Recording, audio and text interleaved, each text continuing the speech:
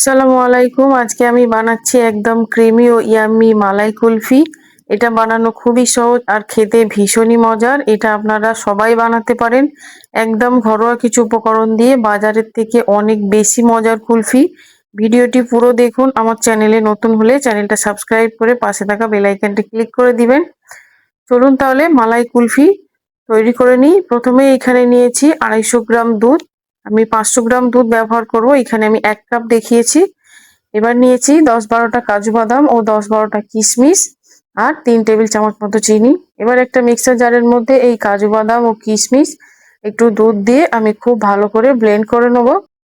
এর সঙ্গে নিয়েছি ভ্যানিলা ফ্লেভারের কাস্টার্ড পাউডার। এই যে দেখুন পেস্টটা আমার বানানো হয়ে গিয়েছে। এবার গ্যাসের ওভেনটা অন করে একটা কড়াই বসিয়ে নিচ্ছি। এর মধ্যে দিয়ে দেব দুধ।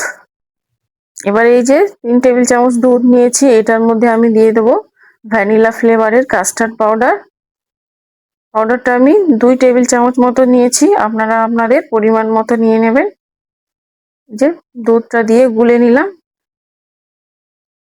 চলুন এবার দুধটা ফুটে গিয়েছে, দেখুন কিরকম মালাই জমতে শুরু করে দিয়েছে। দুধটাকে খুব ভালো করে নেড়ে নিচ্ছি। বেশ কিছুক্ষণ ধরে খুব ভালো করে ফুটিয়ে নেবো। এবার এর মধ্যে দিয়ে দিচ্ছি 3 টেবিল চামচ পরিমাণ চিনি। আপনারা চিনিটা আপনাদের পরিমাণ মতো দিয়ে দিবেন। চিনিটা দিলে কিন্তু দুধটা অনেকটা পাতলা হয়ে যাবে। আবারও বেশ কিছুক্ষণ ধরে ফুটিয়ে নিচ্ছি। এই যে দেখুন দুধটা ফুটে গিয়েছে। এবার এর মধ্যে দিয়ে দেবো একটু এলাচের গুঁড়ো। এলাচের গুঁড়োটা দিয়েও খুব ভালো করে মিক্স করে নেবো। এলাচটা দিলে কিন্তু কুলফির ফ্লেভারটা খুব সুন্দর হবে। এবার এর মধ্যে দিয়ে দিচ্ছি ওই যে কাস্টার্ড পাউডার। কাস্টার্ড পাউডারটা দিয়ে সঙ্গে সঙ্গে কিন্তু খুব ভালোভাবে মিক্স করে নিতে হবে হ্যান্ড হুইক্স বা এই স্প্যাচুলার সাহায্যে। এই যে দেখুন, না হলে দলা পেকে যাবে। আমি খুব ভালো করে মিক্স করে নিচ্ছি। গ্যাসের ফ্লেমটা একদম লো করে দিয়েছি। মিক্সারটা দেখুন কেমন ঘন হয়ে আসছে। এবার এর মধ্যে দিয়ে দিচ্ছি ওই যে বাদামের পেস্টটা। এটা দিয়েও খুব ভালো করে মিক্স করে একটু বেশ কিছুক্ষণ সময় নিয়ে ফুটিয়ে নেব। যখন এই যে একদম ঘন হয়ে আসবে, এই যে দেখুন এর যে বাবালস উঠছে, এরকম বাবালস ওঠা দেখলে মনে হবে যে মিক্সারটা আমার রেডি হয়ে গিয়েছে। এবার গ্যাসের ফ্লেমটা অফ করে এটা আমি পুরোপুরি ঠান্ডা করে নেব।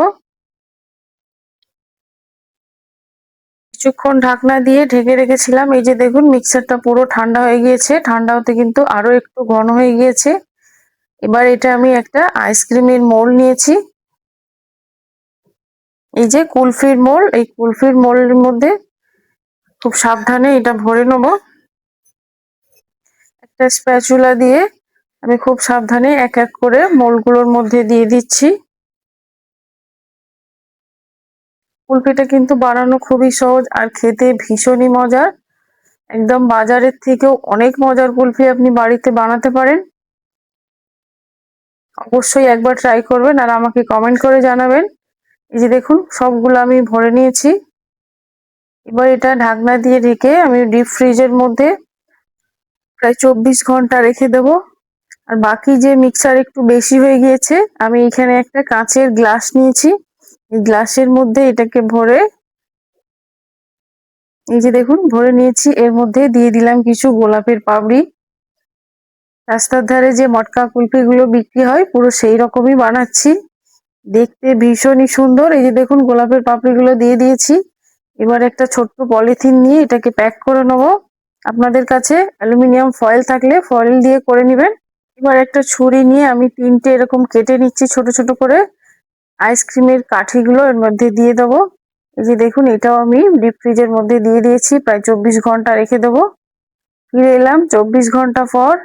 এই যে দেখুন কুলফিটা জমে কত সুন্দর হয়ে গিয়েছে।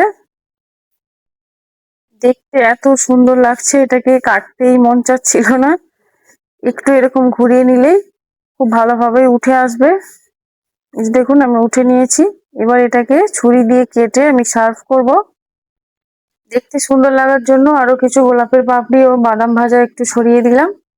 এই যে দেখুন কত সুন্দর লাগছে, আর দেখলেন তো কত সহজে আমি বানিয়েছি।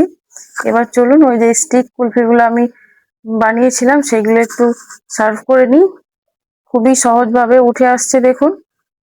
আশা করছি আমার আজকের রেসিপি খুবই ভালো লেগেছে। ভালো লাগলে একটা লাইক করে আমাকে কমেন্ট করে জানাতে ভুলবেন না। আমার চ্যানেল নতুন হলে অবশ্যই আমার চ্যানেলটা সাবস্ক্রাইব করে পাশে থাকা বেল আইকনটি ক্লিক করে নেবেন।